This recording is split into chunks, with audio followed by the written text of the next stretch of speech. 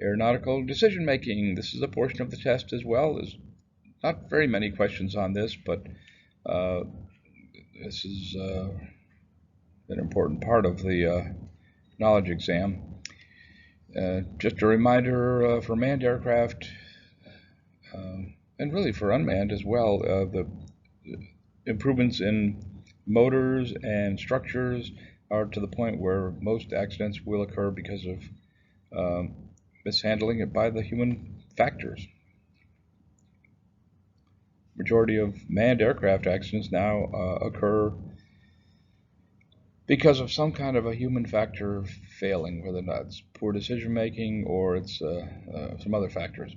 But anyway, we don't want to accept unnecessary risks. All flying requires risks, but as we've said before, the margin for error in aviation is much thinner. We accept risk when the benefits may outweigh the actual risk. And we use this process of risk management in all phases of flight, not only the pre-flight phase, but also in the field.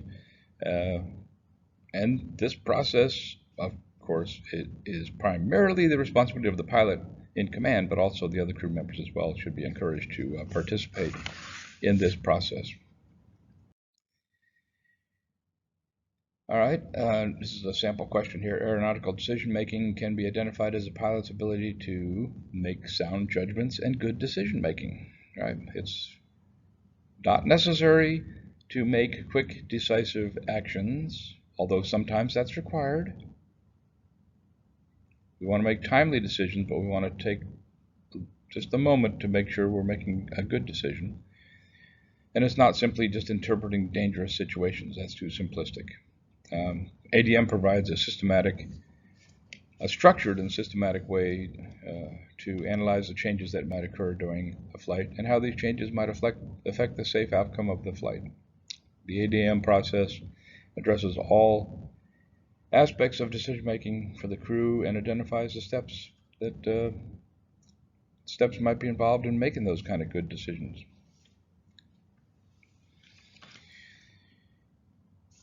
So that's an example question.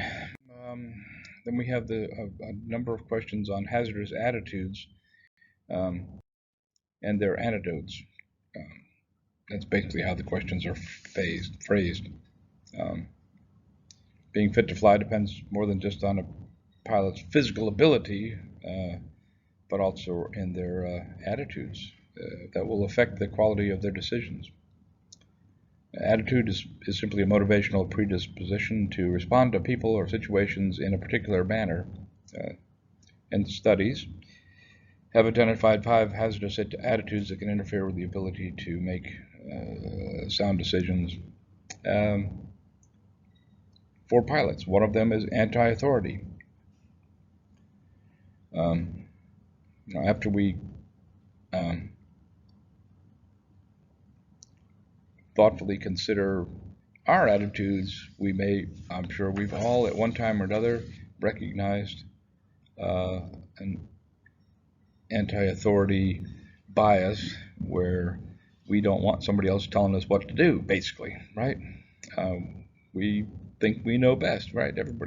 Pilots should be confident. You don't want a pilot that's afraid to fly or afraid to make decisions. So this is definitely a temptation. So we remember that is a temptation for us. You could put it a different way. These kind of folks or these kind of, and we all have this from time to time. Our attitude, maybe even subconsciously, is don't tell me what to do. That's get your back up, they say sometimes. But the antidote, of course, is follow the rules. The rules are usually right. What anecdotal phrase can help reverse the hazard attitude of anti-authority? Follow the rules. The rules, if you recall, we've mentioned it before, the rules have been, for aviation, have been written in blood. The FAA just doesn't go around and arbitrarily come up with rules. That's because somebody has screwed up somewhere. And then they come back and say, let's help pilots not to make that mistake again. Let's come up with a rule. And so to help alleviate that particular risk. And they can't eliminate all risk, of course, and they can't force people not to have an anti-authority attitude, but that's the antidote to that. And that's just basically how the FAA phrases it in their written test. All right, then there's another one. What impulsivity is another hazardous attitude, and that's like, just get it done, just do it. And this can be initiated by your employer. Says you just need to get it done, because you say there's a couple of reasons why this is not a good day to do that, and I said just get it done. Well, the antidote is not so fast. Let's think about it. Let's think about it first before we just jump into this. Person by person, all of us from time to time have this need to do something, anything, right away. Just get it done. And we just don't stop to think about the best alternatives when we have this attitude. We just do the first thing that comes to our mind. And sometimes it's right, and sometimes it's wrong. Sometimes not the best decision. Invulnerability is another attitude, especially in the young, that the feeling that that's not going to happen to me. I see other people screw up, other people get hurt or lose their drone by doing silly things, but it won't happen to me because I'm better than them or whatever. Well, the antidote to that, of course, is, yeah, it could happen to me. These bad things could happen to me. Pilots who think like this are more likely to take chances and accept increased risk that may be not necessary. The risk that would be taking this risk may cost more than it's worth. Why? In other words, ask the question, why would I take that risk? So invulnerability is basically, it won't happen to me, and the antidote is, it could happen to me. Then the macho attitude, of course, is, yeah, I can do it. It's and as much as I admire Teddy Roosevelt, and I think that in some situations, sometimes we just have to be brave and just do what we need to do. But macho doesn't mean that we are. It's closely related to invulnerability, I think. The antidote, of course, is taking chances is foolish. You don't need to do that. But sometimes we have this attitude simply because we're trying to impress somebody or trying to prove ourselves as being as good as anybody else. Yeah, I can do it. I'll show them.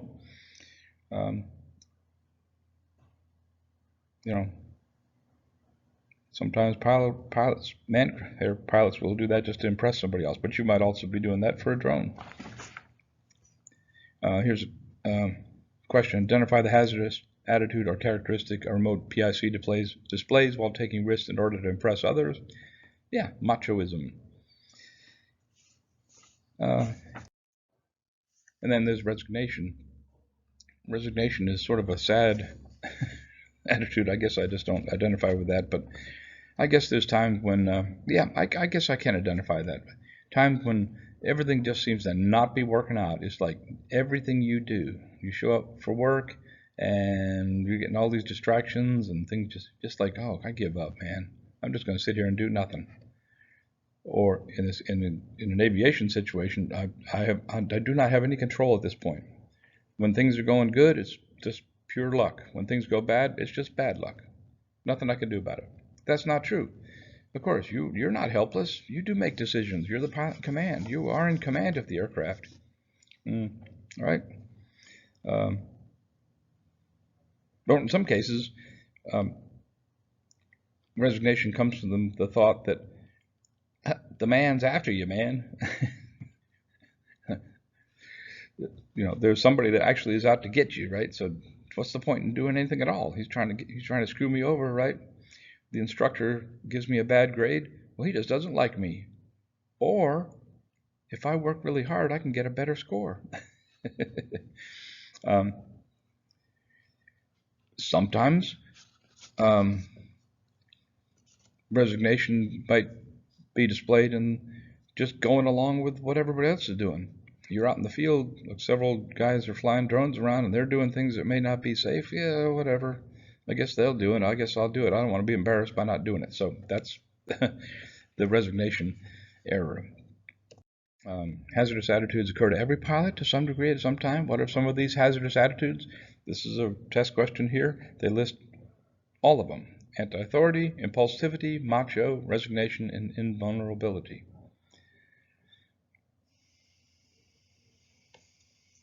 ADM, or Aeronautical decision making, addresses those 5 hazardous attitudes.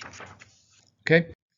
Then we have I'm safe checklist. There may be some questions on this. Those where you would evaluate yourself. Are you sick? That's what the I stands for. M is for medication. Am I taking medication that might affect my judgment? S is am I under psychological pressure from the job or other problems outside the job? And that includes concentration. Alcohol, have I been drinking for 8 hours? Within 24 hours, as little as 1 ounce of alcohol, 1 bottle of beer, 4 ounces of wine can impair flying skills. Right? Fatigue, am I tired? And emotion, am I emotionally upset? All of those things to be considered. Then the Paved Checklist, P-A-V-E, checking your pilot command. You're the pilot command. You're checking, make sure you're physically ready.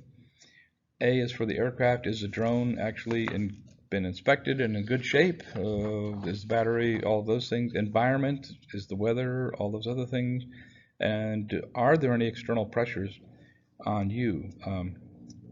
Is your boss pressuring you to do this now? Do you want to show him how good you are, and that overrides your decision-making process? It might be impressing somebody. Pride, of course. So there's all these other issues as well. Okay, we have operational pitfalls, peer pressure, mindset, get it done, urges. Some of these aren't really related to drones, but this is possibly part of the exam. Just be familiar with them. Some of this is obviously somewhat related to common sense, okay? So when you come to these questions, I'm not going to be able to give you a bunch of examples of them, but they may be just questions you just make sense, right? Getting behind the aircraft and losing situational awareness, being rushed perhaps, or overloaded with too many things at once, right? You're flying a photographic mission or mapping mission, somebody calls you on the phone, maybe you just need to ignore the phone because you can lose situational awareness. Situational awareness is huge, being aware of what's going on around you, because once you lose that awareness of what's happening, you're just a bystander. You're just watching what's going on. That violates the whole idea of you being the pilot in command if you're not actually knowing what's happening. We always want to know what's happening and what's happening around us. Obstacles, other aircraft, wildlife. There's just a lot, a crowd of people moving into the area that you're doing your photographic mission. All of these things. It's important to keep that. So getting behind the aircraft simply means that things are happening. So many things are happening at once that you can't keep track of what's happening. And that's related to the loss of situational awareness or positional or whatever happening around you. And then, of course, the last one is the neglect of planning ahead, pre-flight inspections and checklists, right? You've missed that totally. That's a pitfall that can happen to all of us, and we have to be aware of. Then there's CRM, the whole idea of crew resource management, and its related single pilot resource management, because usually it's just you, the drone, and the mission. But anyway, either one of those it sort of comes from the same basic ideas. Obtaining all the available information before you start your flight, and during your flight as well. So obviously getting the weather, checking the area ahead of time. Sometimes in some situations you got to make a snap decision. I get it. That's true. Immediate response, pilot response is at that point should be from an established procedure. But During an actual flight, there's usually some time to analyze what's going on and to think about it for a bit before you make a snap decision.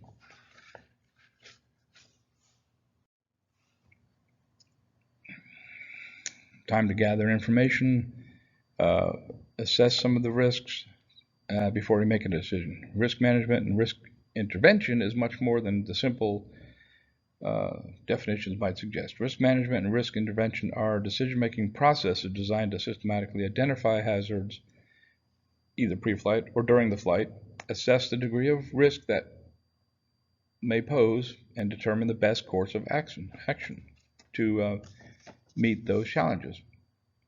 So we have to be able to identify a hazard, followed by some kind of assessment of whatever risk involves, and analyze what needs to be done, and then doing what we think needs to be done, using the controls, and then monitoring the results. If the results improve the situation and reduce the risk, good, but it may, in some cases, increase the risk, so we make some other decisions about what we need to do next. So it's a whole process that keeps going, not just one hit.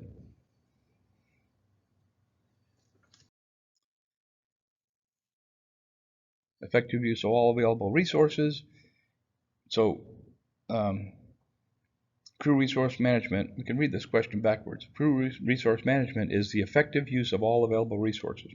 Human, that is you, of course, and the other participants in the operation.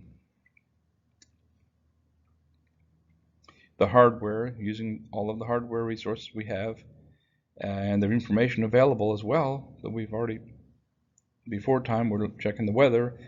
Other forms of information might be in the field, might be the transceiver. You're listening to air traffic in the area. So this is some of the things that we're doing. So it's effective use of all those available resources, human, hardware, information prior to and during the flight to ensure the successful outcome of the operation. And that is called crew resource management. The reference there, AC 107, that's Advisory Circular 107. Another question would be, when adapting crew resource management concepts to the operation of a small unmanned aircraft, a CRM must be integrated into all phases of flight, pre-flight, flight, and post-flight for that matter. Let's see, I think I've got a couple of more questions here. Which statement is not correct concerning crew resource management in UAS operation? Crew members cannot, under any circumstance, challenge the decision of the remote PIC. And of course, the big one is the not.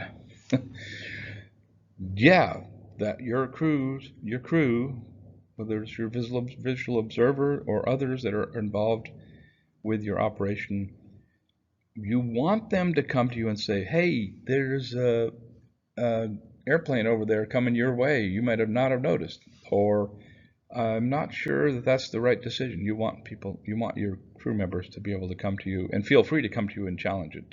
You're still responsible, and you still need to do what you need to do, but gaining more, that's just another one of those resources of pilot, hardware, and other resources. Maybe not only your transceiver, your radio, listening into the air traffic, but also other people that are part of the operation.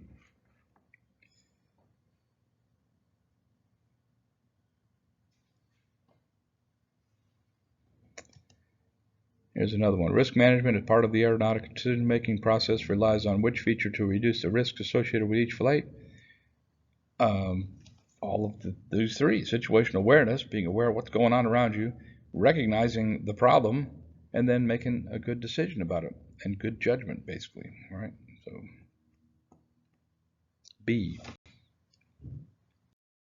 To finish this segment out, then we have stress management issues as well to be aware of. There are these three stressors the feds are going to be quiz you on. Environmental stressors would be things like a very 95-degree day and very hot and very bright, or maybe you're operating I know it's hard to imagine, but you're operating up there where there's a lot of snow, and it's a bright sunny day, and the amount of light reflecting off the snow is you get snow blindness, makes it difficult to see. It's a possibility. You also have noise. You might be inside of a factory doing some video work in there. It's just very noisy. Vibration, lack of oxygen, those possible things. There's a lot of things that might be happening around you that would cause stress, and stress, of course, makes it more difficult to make decisions. Very distracting. A lot of stress will keep you from keeping your mind on the job, and makes it a little easier to lose, or maybe a lot easier to lose situational awareness. Then there's physiological stress, which is you may not be very fit, and you might be very active on this particular day, and you're panting away. You might just be tired. You didn't get a good night's sleep. It might be missed meals. You're hungry, or you might just plain out be sick. You have to decide. Make some decisions about that. Just be aware that with these stressors, these external stressors, your decision-making ability is reduced. Then, of course, there's psychological stress that does pretty much the same thing, makes it more difficult to make good, sound decisions. Social, emotional factors like a death in the family, divorce, sick child, demotion at work, these type of stressors can be related to mental workload. It's more difficult to analyze your problem that might happen or to make decisions. Okay, so that's the segment on aeronautical decision making, some of the factors that you may see on the test.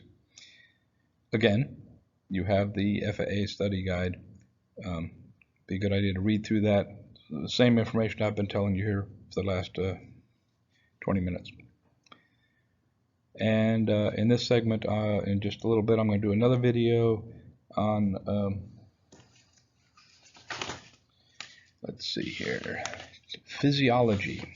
We'll talk a little more about physical considerations like dehydration or hyperventilation, vision, night operations, and night illusions. So we'll talk about that in a little bit. All right, thank you for your attention. Bye.